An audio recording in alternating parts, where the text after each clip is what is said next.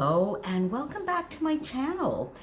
And well, welcome to my story, The First 60 Years, although this week I didn't work in my TN. This week I did a 12 by 12 and then I did a 6 by 12. It's the first time I've ever done a 6 by 12, and I don't do a lot of pocket pages either, but this one sort of needed a little bit of a double pager. So we're still delving into my personal story, and this, I must admit, will go into that album that I showed on the 9th of September, when we were doing a spotlight on the Secret Not Secret Kit Club, and I shared an album about my various careers over the years. So it's still part of the first 60 years, but just in a little bit of a different form. But I thought I would share it with you today for two reasons. I haven't quite finished my TN insert for this week. And this was a very, very fun challenge in the Secret Not Secret Kit Club over the weekend. We had our party, and this is for the Storyteller Challenge. Well, in part, the Storyteller Challenge, which was to talk a little bit about a journey, something that we went, like a journey that we went on, whether it be personal or something that may have changed in our lives. And so I decided to go back into my aircraft industry career. And then a second layout that Christina gave us, it was a bonus layout on the Sunday morning that I got done, and it was to use pattern paper to create embellishments. So I started really going for the storyteller aspect of it and thinking back, okay, what is one of the things, a memory that I have, a little bit of a journey, something that I went, and then this popped into my head, which was when I was in the aircraft industry very, very early on. This is 1978, so I was actually just beginning my university. I was in the first or maybe second year of university, and I was working full-time at the same time. So I was a very junior analyst, and I was selected to be part of the hosting team for a very large aircraft rollout, where there was tons of dignitaries, politicians, and hundreds of people coming from the world over to see this airplane being rolled out and launched, which was something very, very new and different for us at the time.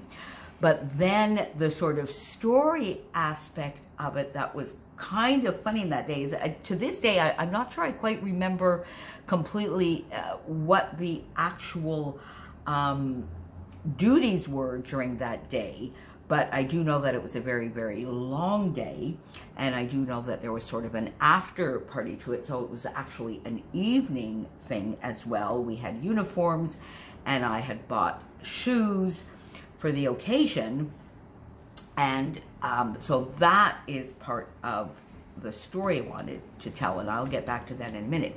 In the meantime, I had this very, very large photo, and then I always find that very large photos don't need all that much embellishment because they really take up a lot of space. And this one I actually backed on a little bit of white cardstock because I felt it wasn't standing out, and the tones of it, I don't know if you can see, I'm sorry, my lighting is not the greatest. I am recording this in the evening. It is Monday evening for me to record this, but the tones are sort of sepia, there's some red, some gray, quite a dark photo. So I was trying to see what I would pair with it, and of course there was some red, but I didn't, the browns or the crafts or the grays were just making everything sort of a little boring and wasn't standing out. And somehow I was looking through some very old stash, and I fell upon this lovely piece of paper from Happy Place, and it's a Fancy Pants design, Happy Place from Fancy Pants Design. And I took this paper out and I said, oh, look, you sort of have the pinks, the reds, a little bit of that sort of sandy color that we have in here. And I laid the photo on it and I said, hey, okay, I like that. And then Happy Place also had this piece of paper with it. So I used that, and then I had this little polka dot paper as well. So I wanted the red because the red obviously makes the photo pop out and offset, but then when I laid the photo against this background, I kind of liked it.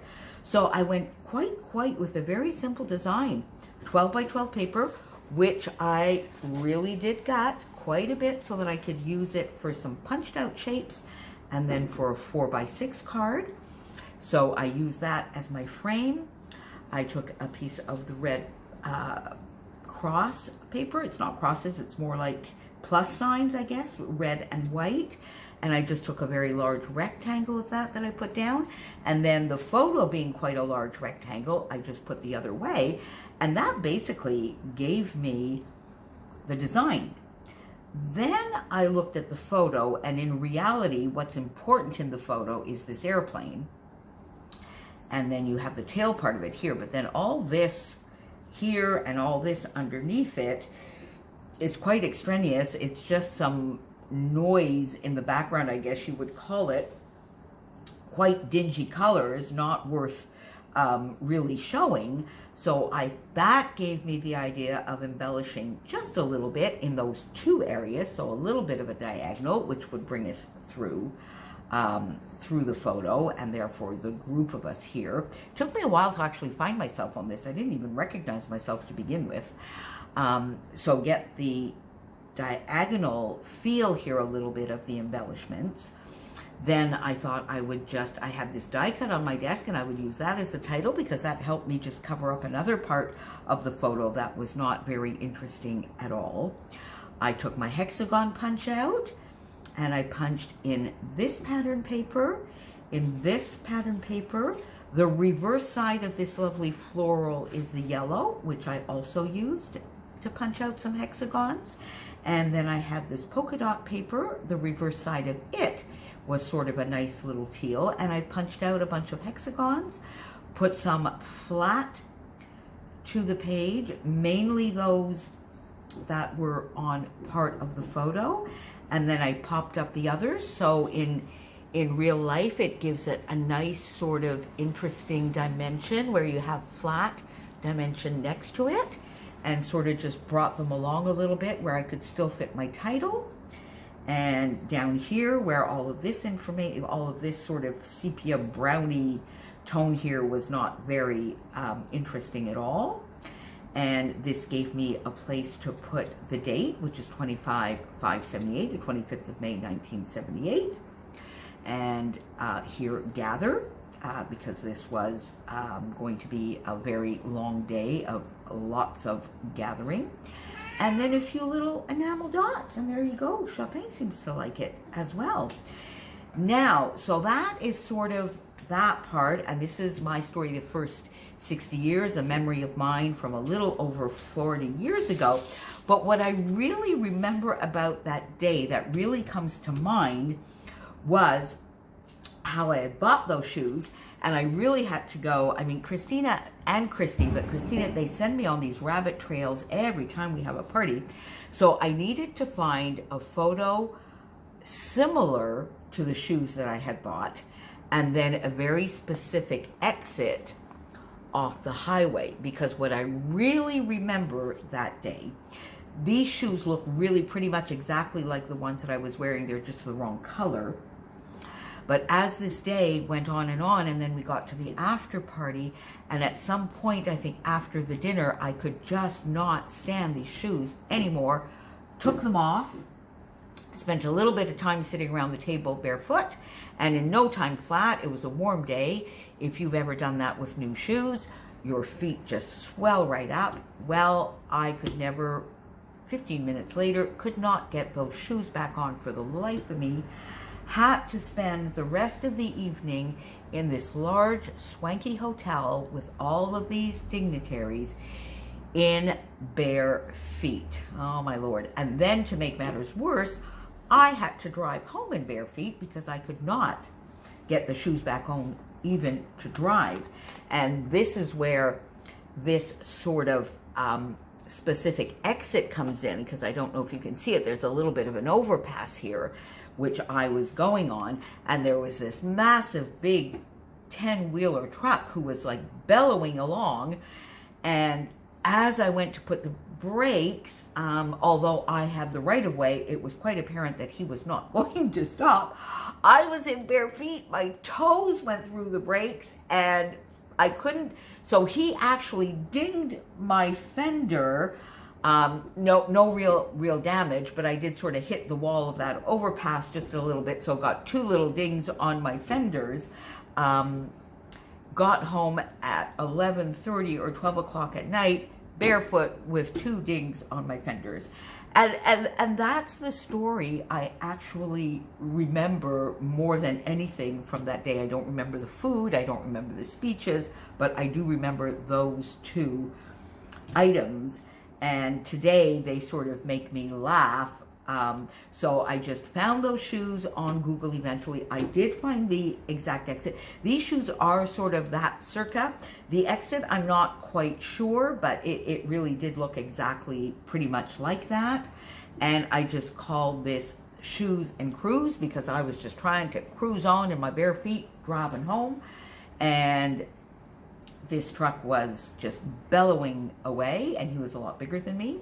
And so what I did here, I just took a piece of this lovely paper, a piece of this lovely paper, made 2 4x6 cards, a scrap from this side of the paper, the reverse of this red plus sign paper that I put along here, put a little triangle here.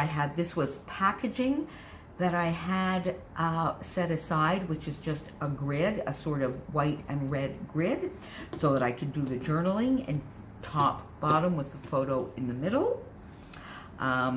So here I just put a little bit of a sticker, which is in the right colors, and it says "See the World" from Sparkle City, a leftover hexagon. Here I really just did a little bit of layering. I'm not used to doing 6x12, so I realized very quickly that layering was just going to make this photo way too big for the page, so I stopped after 2 layers. And on the top here I used this piece of paper, then just some strips from this one, and the reverse side, part of a sticker from the Sparkle City sticker of the camera, and then finish this all off with some enamel dots in all of the colors. So there you have it. In the end, I love this. Not a color scheme or even patterns that I would think at all to go with this picture, but I love it. I love the way that it stands out. I love that I got this story told from 40 years ago, and it is definitely not something that I would have even remembered if Christina had not put that storyteller challenge out. So there you go. So do you have silly stories that just pop in your head all of a sudden that you were at this very important function, like, I don't know, a wedding, a baptism, this kind of formal corporate function, and then what you really remember as some little silly, either a joke somebody did or somebody that tripped, or, I mean, which seems rather inappropriate, but something funny. Do you have that kind of story that pops back into your mind years and years and years later? And if you do have one of those silly stories, please pop me down a comment below. Let's keep our little discussion question and our YouTube discussion going on. And in the meantime, I will be back next week, definitely with a TN Tuesday. We'll be back into the Traveler's Notebook size next week. Thank you for being with me. See you soon. Bye.